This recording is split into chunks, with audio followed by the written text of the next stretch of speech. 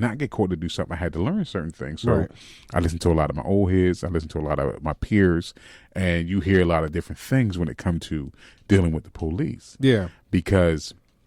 But nowadays, like I tell my youngest, I still tell my 34-year-old, I tell my 32-year-old, I tell young men, I still tell them there's certain ways that you have to deal with the police because of the way the police system is. Yeah. But what I really love about the movie is how the movie really depicted what really happens in these rooms. Yeah. Because this is not the first time stuff like this happens. No. And how you can paint a picture for somebody and pin something on somebody and makes it, because remember, you have the burden of you're supposed to be innocent until proven guilty. But in the eyes of the people that lock you up, the judicial system and everything, you're guilty until you prove yourself innocent. So you have a really uphill battle. So once they arrest you, automatically people think, oh, he's been arrested, he's guilty of it because he's been arrested of it. Yeah. You know how many mistaken identities are locked up right now today, and they can't get out because of funding, right? Or people had passed away, or they just don't have the educational background, and they don't take the time to learn the legal system in their state to help fight with what they were trying to fight to get themselves out of there. Mm-hmm. And one more other issue I want to bring up is the fact that one of the boys' father was the coercion was so bad that they went to the father and told the father, if you didn't tell your son to say this story, we're going to lock you up. Right. So that goes with the fear that being a person of color that we have when you in them rooms with them police officers, right? With those white men of authority, and those white women of authority over you when you in them rooms. So if you got a grown man that's afraid to defend his child, how do you think the child feels? Right. So he's not teaching his child. He may be teaching them how to handle himself in the street, but he's not teaching them how to handle himself with dealing with authority. Right. So I just want to piggyback off of something as you're as you're stating about the as the police officers and what they were in a room or whatever else, right? Who they were, what they looked like, or whatever. In the movie The Hate You Give, mm-hmm. in that movie, the young girl's uncle was a cop. Right. Do you remember that conversation in the kitchen? Yeah, I remember some of it. So in that conversation in the kitchen, he talks about in a situation of being pulled over, if they're taught to shoot first. Right. In a Caucasian community, they're taught to talk first. Right. And when she basically really what she was getting down to was, what would you do? Mm-hmm. He didn't have a comment. Because once even though he was a black officer, an officer of color, his color no longer applies to him. His skin color didn't apply no more because he becomes that uniform. Right. That uniform is representation of hatred and racism toward us. Right. So I believe that unfortunately, and again, it's not across the board, mm-hmm. but just overall, the identity of those that are darker versus those are lighter, there's a great disparity of how to treat them. Of course. I mean, you can take it right here, right where we live at now. Well, on the outskirts of where we live at in Philadelphia, right? Right. So what's going on right now is, and you've probably seen it in the news, there were like 370, maybe 350 police officers in the Philadelphia Police Department were on Facebook. Right. And they were making racial statements, little things about thugs need slugs. They even threatened a councilwoman. They said this bee needs to be smacked. Somebody needs to take her out, And these are police officers that are patrolling our areas. Right.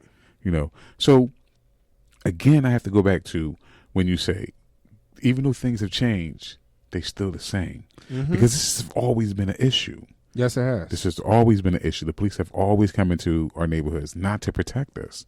They were always there because you have a lot of police officers. And I'm not saying that the majority of them are, but you have a lot of them that they have underlining racism in them. And they really don't like people of color because of the way they were raised, what they think that the world should be a certain way. And this is their way to act this out. They might have been bullied when he was young. They might have been picked on, whatever. But this is their way to take control over what they think. They take control over their life. So as we're looking at these two stories, more importantly, when they see us, you know, the effect that it has on the community, right? As our neighbors, so forth and so on, because of when you live in a neighborhood like we do that's mixed, Right. Unfortunately, it movies like this or situations like this can make you hate your neighbor up front, and you be like, why? Correct. I understand that. Especially if they've never done anything to you, again, you know, it's about to be summertime, and you know, if we're outside cooking or whatever else, like everybody speaks. Right. Certain music, everybody listens to and dance to together. Right. You know, it doesn't matter. You. Country music, it could be blues, it could be you know, Under the Sea, where Little Ariel or something, like it could be anything, you know, that those situations breaks down those color lines. Right. You know, and it doesn't, and then at that time, it really doesn't matter what you are, who you are, what your occupation is, or whatever. Humanity seems like it's restored in some cases with that, between food and music. Unfortunately, once you get into your occupation, then all of a sudden that occupation kind of trumps some of those other feelings sometimes. And so for us that have, like you said, that's on the outskirts of Philly, thinking that, hey, we're going to provide a better life for our family. Right. And overall, if our neighbor is happy-go-lucky, because, you know, they don't look like us, they don't fit the stereotypes of anybody else, you know, or what you might see on TV, then you're like, oh, yeah, they down to earth. But then all of a sudden, you have a situation of someone getting locked up. Right. Or you watch this movie, and now all of a sudden, you know, you have a different perspective. And I think that's part of our issue, where we're not, I think sometimes we're confused on how to really feel. Because people are telling you, oh, you should feel this way, but that doesn't always work for every individual. True. I agree with you on that. I think that once you see something and you interpret it and you understand what it is, then you should be able to feel the way you want to feel. But the whole thing is about being honest about how you feel, you know, because you have a lot of people that are chameleons, and they present themselves in such a way that they're so likable that when they do something, you're like, I can't believe they did that. But, you know, remember, you only can hide who you are for so long. You know, racism doesn't just pop up. It ain't something that you just take a pill and you become racist. This is something that's instilled in you. This is something that you learned over time. This is something that it may lay itself dormant, and you just haven't had the opportunity to use it. You know, so when we watch movies like this and we become upset, so I agree with you that we do not know how to focus the anger that we have, because we're not taught how to focus the anger. So you're mad at the police, you're mad at the boys for accepting the pleas, not the pleas, but going along with the stories. You're mad at the kids' parents because they didn't fight hard enough. You're mad at the communities because the communities went along with the police, or they didn't go along with the police. So it's a lot of things and a lot of issues that you're upset about. So you don't directly know how to focus this anger that you have until you sit down and think about it and watch everything objectively and look at it with an open mind. And then look at just the facts of what it is. That's why I say she put this movie together good. She really directed this movie nice. She did her homework, and it told the facts exactly as it happened. You know, you see that whatever this DA was going through, this lady, and she says it a little bit. You know, she's frustrated about things. She's frustrated about people losing cases and all that. So I'm determined to make this case stick regardless of what happened. You know, and there was a couple times that if they would have said certain things, like with the youngest boy, he got hit by the cop. Yeah. You know, he got hit by the cop because they was chased in the park. And they were being chased in the park because it was either a curfew thing or whatever. It was just so many kids at one time. And this was around the same particular time when wolf packs were running raggedy in New York. So I do understand why the presence of the police was there in Central Park. And then Central Park, on one side, Central Park itself is like the meeting point for all different ethnicities and different races and financial levels. So everybody was in Central Park at a certain time, you know. So everybody could be there at any given time. You don't. The richest person could be there, and the poorest person could be there. But to have this incident happen, and not even where they lock these boys up at, and for him to concoct this story, like she really put this story together. So we do understand this is the job of a detective. Yeah, a detective must take what they have and put a story together. But you don't take a story and put it together and give it to somebody else and make it theirs. Yeah, I think it just goes upon the narrative of, hey, what we have to, because if you look at the movie, not even just with the black people, but I think there was another narrative that she was trying to fix, which was we've had all these rape cases and we can't solve any. They needed a win. See, they needed to win.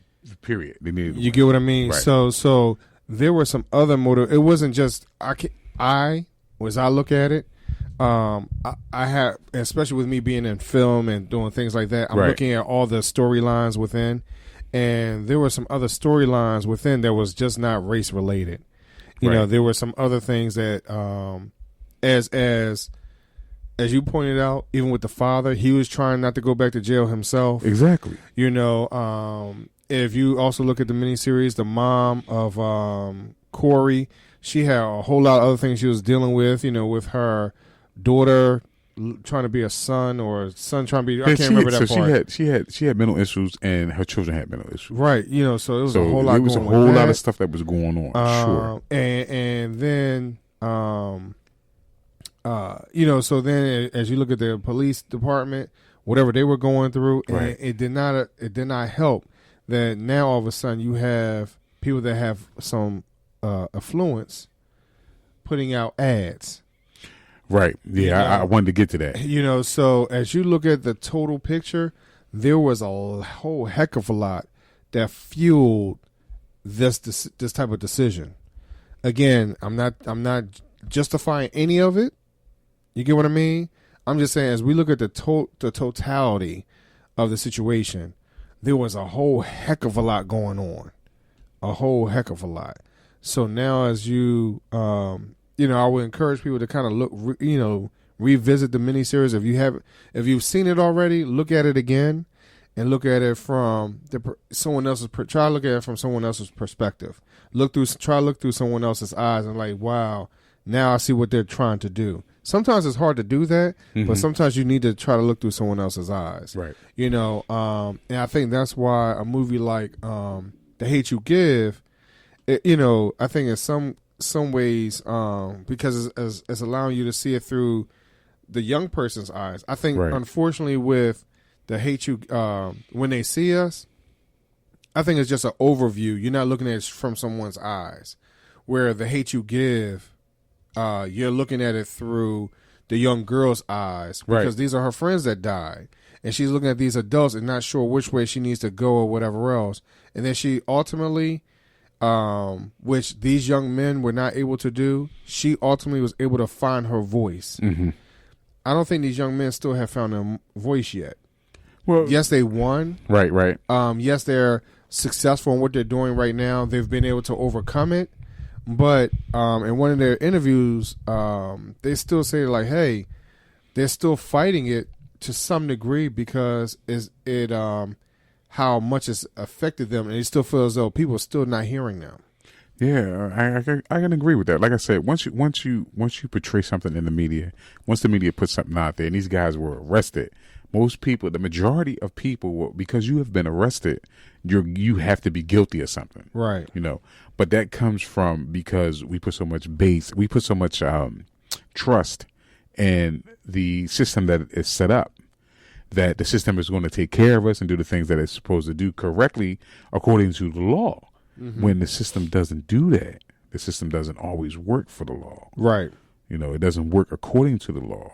And then police officers have to understand something too. I'm not saying cops are bad, because you have good cops. You have bad cops and you have good cops. Right. My grandma always said, you got to remember about people. Good people do bad things, and bad people do good things. It never changes their nature, who they are. Right. So you do have bad people that do good things, but is that person bad or good? If he's an overall bad person,